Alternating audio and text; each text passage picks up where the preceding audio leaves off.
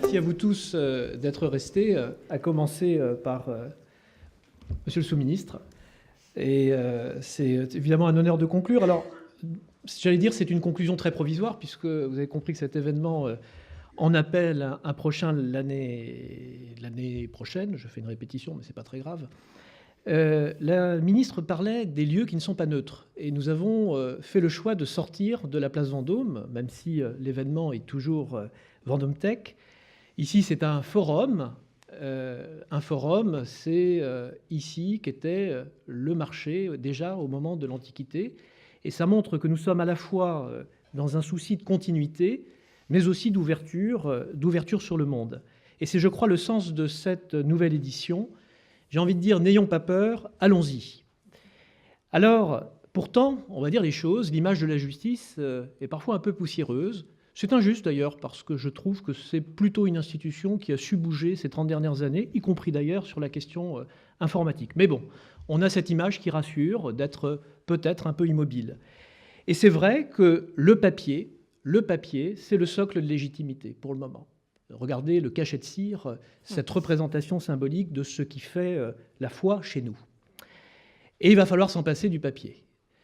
Alors, je dirais, et ce sera le sens des mots de conclusion, c'est que, et j'ai entendu d'ailleurs les inquiétudes qui ont été exprimées à plusieurs reprises, et notamment par des représentants des greffes, je crois que pour réussir, il faut d'abord que nous soyons respectueux de ce que nous sommes et que nous soyons respectueux de nos principes. C'est le premier point que je souhaiterais rapidement développer. Mais cela ne doit pas être défensif, il faut être conquérant, ce sera le deuxième point que j'ouvrirai, et pour être prospectif vers l'avenir et se poser aussi des questions qui, pour certaines d'ailleurs, ne sont pas tranchées, qui sont devant nous et qui sont des questions fortes. Le premier point, c'est les principes. Je crois que le numérique, c'est une opportunité d'ailleurs, peut-être sa première opportunité. Cela nous oblige à être très clairs sur ce qui n'est pas négociable.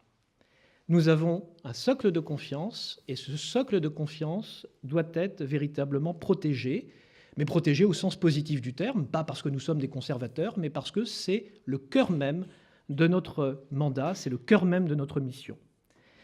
Alors oui, la justice est publique. Oui, la justice se doit, dans une certaine mesure, d'être transparente, et cela donnera l'open data. Mais la justice, et il faut le dire, doit être parfois secrète. Et c'est ce secret aussi, ce secret légitime, qu'il faudra protéger. Alors, où mettons la cloison? Et c'est le cœur, je crois, de tous les projets, au cœur de tous les projets. Regardez, le numérique en détention, c'est assez intéressant. Il y a une expression à un moment du chef de projet qui disait « ce n'est pas un moyen de s'évader ». L'expression était ambiguë, parce que d'une certaine manière, pour un détenu, ça peut être aussi une ouverture. Mais cela doit se faire dans ce qu'est une prison, et une prison, c'est des murs, et ça reste des murs. Donc on voit bien que même dans l'expression, vous voyez, il y a cette question de où mettons la cloison.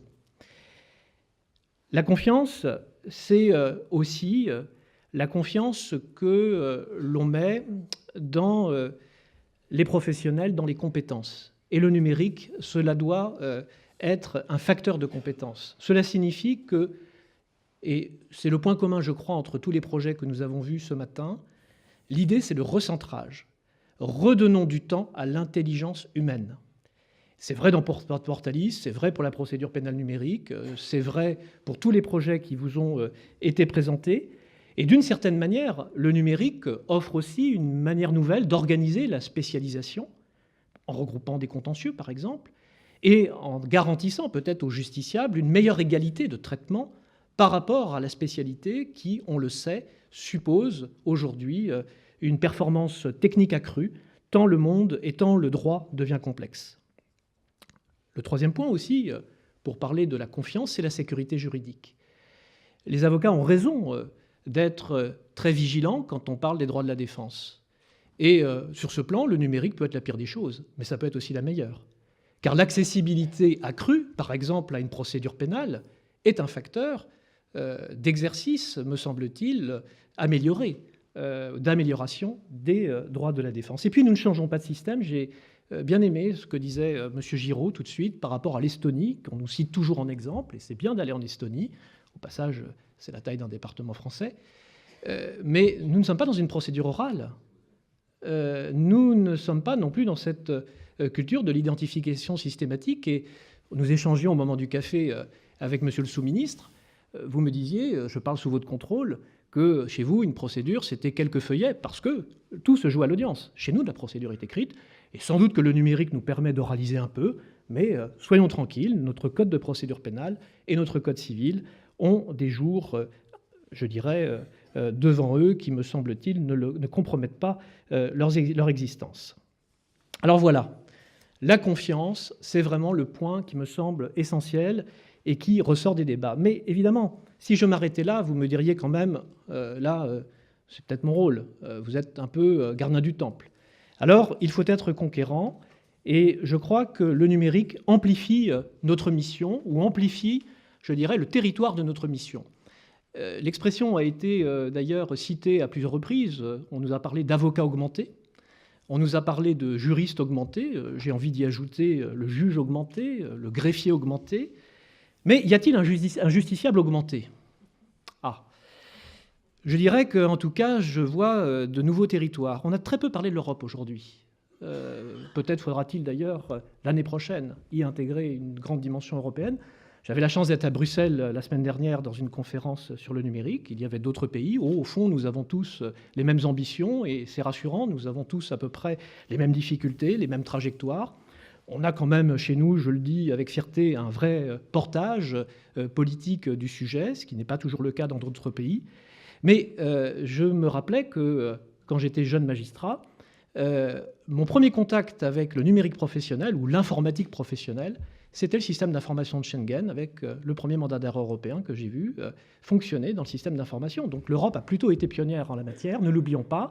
Et peut-être que les choses ne se font pas de manière spectaculaire, mais il est incontestable que si d'autres pays travaillent en ce moment sur le numérique, alors nous aurons très vite des capacités d'échange augmentées, et c'est un nouveau territoire. Et puis, il y a la France de l'intérieur, celle des villages, et celle un peu plus éloignée. Et on voit bien que là, il y a le défi que la ministre a rappelé de l'accessibilité numérique. C'est tout le sens que nous devons au service du justiciable. Et pour tout dire, Monsieur Giraud, votre revenu fiscal de référence nous intéresse, car c'est peut-être l'une des clés de simplification de l'aide juridictionnelle chez nous. Et si c'est l'une des clés, cela nous permettra tout simplement de faciliter cette première porte finalement de la justice, puisque l'on sait que derrière l'aide juridictionnelle, il y a des publics précaires qui veulent accéder à la justice. Et sur ce plan, le numérique peut être un atout. Amplification de la mission, et le troisième point que je souhaitais rapidement développer en conclusion et pour ouvrir d'autres débats à venir, c'est la question de la gouvernance, de la prospection vers la gouvernance. Il y a des débats, on ne va pas se le cacher, hein, on n'est pas d'accord sur tout. Voilà, et d'ailleurs c'est l'intérêt de ce forum. Quand on parle de base de données, quand on parle d'open data, quand on parle d'accès aux flux intègres, bien sûr qu'il y a des débats, et pour la bonne raison qu'il y a des intérêts légitimes de part et d'autre, mais qui parfois sont sans doute contradictoires, et c'est pour cela que j'ai voulu d'ailleurs commencer par la question du socle de confiance. Mais ça ne nous empêche pas de nous projeter, ça ne nous empêche pas d'être imaginatifs, nous n'avons pas peur, je l'ai dit. Je dirais que dans les questions de gouvernance qui sont devant nous, même si je crois que nous avons les idées claires, et ça a été dit par la dernière plateforme, nous sommes au sein de l'État, et le ministère de la Justice, le système d'information de la justice, est au sein du système d'information de l'État. Et nous adhérons naturellement à tout un ensemble de programmes, ne serait-ce que parce que nous sommes dans cette communauté de l'État au service des justiciables, qui sont aussi par ailleurs des usagers. D'ailleurs, le B3 en ligne, c'est pas fait pour les justiciables, sauf dans 1% des cas. C'est fait pour des usagers qui n'ont pas eu affaire avec la justice, mais qui ont besoin d'un casier judiciaire. Donc nous sommes bien dans cet ensemble. Mais reconnaissons-le, la donnée judiciaire, celle qui est couverte par le secret, mais pas seulement, la décision de justice en elle-même, est une donnée un peu spécifique. Donc il doit y avoir des garanties, il doit y avoir des protections, et nous devons, dans le concert étatique, faire valoir, et c'est très bien compris, cette spécificité. Nous devons nous protéger, et justement l'État nous protège grâce aux risques systémiques, mais nous devons aussi organiser la protection de la donnée judiciaire dans le respect des institutions, car c'est finalement peut-être l'une des seules véritables spécificités de la justice, c'est que nous avons, j'allais dire, une organisation constitutionnelle avec une autorité judiciaire qui naturellement est indépendante. Et donc la question, vous voyez, sur la question de la donnée, entre ce qui relève du ministère de la Justice, qui relève aussi de la Cour de cassation, du Conseil d'État, sur l'open data, cette question est naturellement au cœur de nos travaux et très structurante pour l'avenir. Voilà les quelques mots de conclusion que je souhaitais dire, avec 3 points de suspension, puisque peut-être à la Défense, alors si j'ai bien compris l'invitation de la ministre ou ailleurs, nous vous retrouverons avec plaisir dans un an, presque à la même heure. Merci beaucoup.